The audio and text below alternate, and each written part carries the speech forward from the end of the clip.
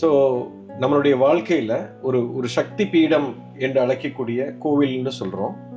ஒவ்வொரு ஊர்லேயும் அந்த காலத்தில் சித்தர்கள் கோயிலை எதுக்கு உருவாக்கி வச்சாங்கன்னா, அந்த கோவிலுக்குன்னு ஒரு சக்தி இருக்கு. அந்த சக்தியை அந்த ஊரில் இருக்கிற மக்கள் தினந்தோறும் அங்கே போய் அந்த சக்தியை உள் வாங்கிக்கிறோம். அப்போ அவங்க தொழிலுக்கு போகிறதுக்கு முன்னாடி, வேலைக்கு போகிறதுக்கு முன்னாடி அந்த சக்தியை நம்ம உள்வாங்கும் பொழுது நம்ம செய்யக்கூடிய செயல் வெற்றி அடையும் அப்படிங்கிறதுக்காக அந்த சக்தியை உள் வாங்கிக்கிறதுக்காக கோயிலை கட்டினாங்க.